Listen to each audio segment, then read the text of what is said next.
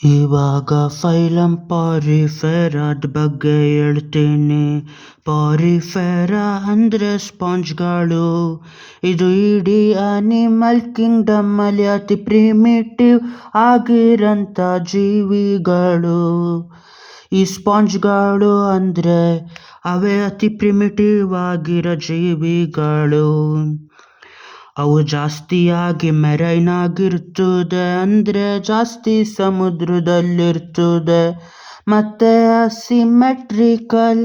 Asymmetrical ಅಂದರೆ ಪಕ್ಕಾ shape ಇರೋದಿಲ್ಲ, ಬರೀ ಇರ್ರೆಗ್ಯುಲರ್ ಆಗಿ ಹೆಂಗೆಂಗೋ ಶೇಪ್ ಇರ್ತದೆ. ಇದು ಪ್ರಿಮಿಟಿವ್ ಅನಿಮಲ್ಗಳು. ಮತ್ತು ಸೆಲ್ಯುಲಾರ್ ಲೆವೆಲ್ ಆರ್ಗನೈಸೇಷನ್ ಅಂದರೆ ಇದು ಬರೀ ಸೆಲ್ಗಳನ್ನ ಜೊತೆ ಮಾಡೋ ಥರ ಇರ್ತದೆ.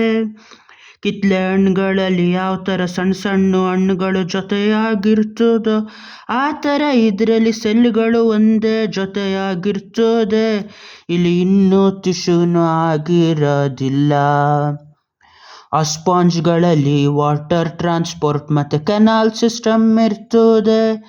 ನೀರು ಯಾವ ಥರ ಎಂಟ್ರಿ ಆಯ್ತದೆ ಅಂದರೆ ಸಣ್ಣ ಸಣ್ಣ ಪೋರ್ಗಳಲ್ಲಿ, ಆಸ್ಟ್ರಿಯಾ ಅನ್ನೋ ಸಣ್ಣ ಸಣ್ಣ ಪೋರ್ಗಳಲ್ಲಿ, ಅದು ಇಡೀ ಬಾಡಿ ತುಂಬ ಪೋರ್ಗಳಲ್ಲಿ ನೀರು ಅದರೊಳಗಡೆ ಬರ್ತದೆ.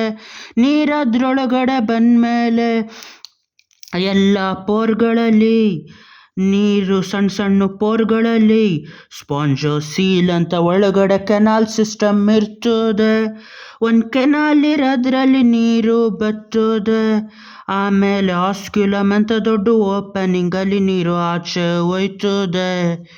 ನೀರು ಕೆನಾಲ್ ಸಿಸ್ಟಮ್ ಆಸ್ಟ್ರಿಯಾದಲ್ಲಿ ಎಂಟ್ರಿ ಆಗಿ ಸ್ಪಾಂಜೋಕೋಲನ್ ಕ್ಯಾವಿಟಿ ಒಳಗಡೆ ಟ್ರಾವೆಲ್ ಆಗಿ ಅದರೊಳಗಡೆಯಿಂದ ಹೋಗಿ ಆಸ್ಕ್ಯುಲಮ್ ಇಂದ ಆಚೆ ಬರೋದಾಯ್ತದೆ. ಅದೇ ಈ ವಾಟರ್ ಟ್ರಾನ್ಸ್ಪೋರ್ಟ್ ಸಿಸ್ಟಮ್ ಸ್ಪಾಂಜ್ಗಳಲ್ಲಿ ಇರೋದು.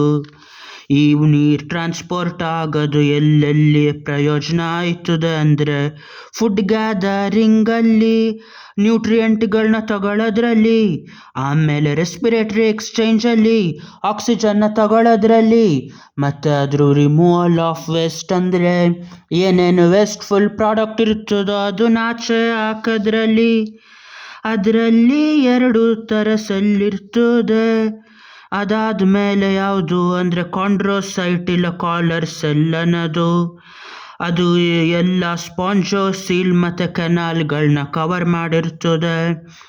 ಕೋನೋಸೈಟ್ ಮತ್ತು ಕಾಲರ್ ಸೆಲ್ ಅನ್ನೋದು ಆ ನೀರೆಲ್ಲ ಬಂದಾಗ ಅದನ್ನ ಕೊಳಿದಂಗೆ ಅದು ಎಲ್ಲ ಕವರಿಂಗ್ ಮಾಡಿರ್ತದೆ. ಕೋನೋಸೈಟ್ ಇಲ್ಲ ಕಾಲರ್ ಸೆಲ್ಗಳು ಸ್ಪಾಂಜೋಸೀಲ್ ಮತ್ತು ಕೆನಾಲ್ನ. ಅದೇ ಥರ ಇದರಲ್ಲಿ ಡೈಜೆಷನ್ನು ಇಂಟ್ರಾಸೆಲ್ಯುಲಾರ್ ಆಗಿರ್ತದೆ. ಇಂಟ್ರಾಸೆಲ್ಯುಲಾರ್ ಅಂದ್ರೇನು ಅಂದರೆ ಒಂದೊಂದು ಫುಡ್ಡು ಆದರೂ ಒಂದೊಂದು ಜೀವಕೋಶದೊಳಗಡೆ ಹೋಗಿ ಒಳಗಡೆ ಡೈಜೆಷನ್ ಆಯ್ತದೆ. ನಮ್ಮ ಥರ ಆಚೆನೆ ಉಳ್ಕೊಂಡು ಸ್ಟಮಕ್ಕು ಹೊಡೆದಾಗ ಡೈಜೆಷನ್ ಆಗೋದಿಲ್ಲ. ಒಂದೊಂದು ಫುಡ್ ಪಾರ್ಟಿಕಲ್ಲು ಅದ್ರ ಸೆಲ್ಲೊಳಗಡೆ ಹೋಗಿ ಡೈಜೆಷನ್ ಆಗದೆ. Digestion is intracellular. Body support ಯಾವುದು ಅಂದರೆ ನಮ್ಗೆ ಯಾವ ಥರ ಮೂಳೆ ಇರ್ತದೋ ಅದರಲ್ಲಿ ಸ್ಕೆಲಿಟನ್ ಸ್ಪಿಕ್ಯುಲಿಲ್ಲ ಸ್ಪಾಂಜಿನ್ ಫೈಬರಿಂದಾಗಿರ್ತದೆ.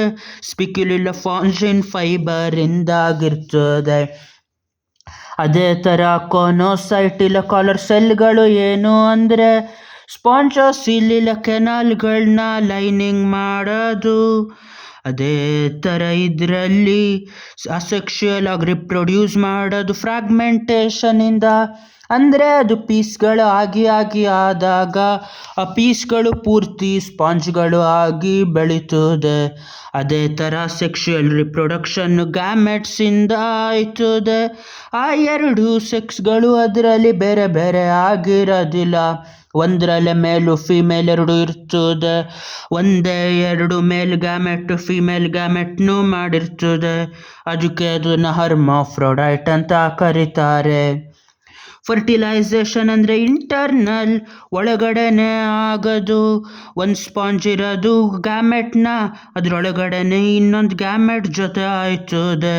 ಎಕ್ಸ್ಟರ್ನಲ್ ಅಂದರೆ ಮೇಲ್ ಮತ್ತು ಫೀಮೇಲ್ ಗ್ಯಾಮೆಟ್ನ ಆಚೆ ಬಿಟ್ಟು ಆಚೆ ಫರ್ಟಿಲೈಸೇಷನ್ ಆಗೋದು. ಮತ್ತು ಡೆವಲಪ್ಮೆಂಟ್ ಡೈರೆಕ್ಟಾಗಿ ಆಗೋದಿಲ್ಲ, ಲಾರ್ವಲ್ ಸ್ಟೇಜ್ ಆಗಿ ಅದರಿಂದ ಇದಾಯ್ತದೆ ಪೂರ್ತಿ ಸ್ಪಾಂಜ್. ಅದು ಈ ಸ್ಟೇಜ್ಗಿಂತ ಪೂರ್ತಿ ಬೇರೆದೇ ಥರ ಇರ್ತದೆ. ಇದು ಎಲ್ಲ ಸ್ಪಾಂಜ್ಗಳದ್ದು.